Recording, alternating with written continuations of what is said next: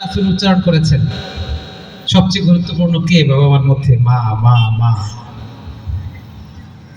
এবং বাবা।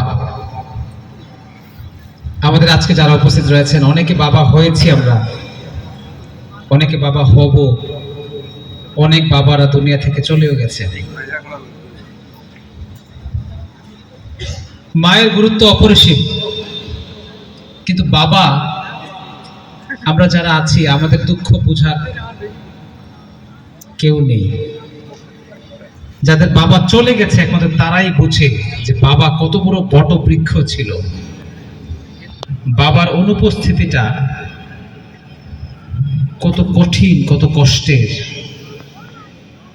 বাবা চলে গেলে মা অসহায়, সব অসহায়, পৃথিবীটাই মনে হয় যে ফাঁকা।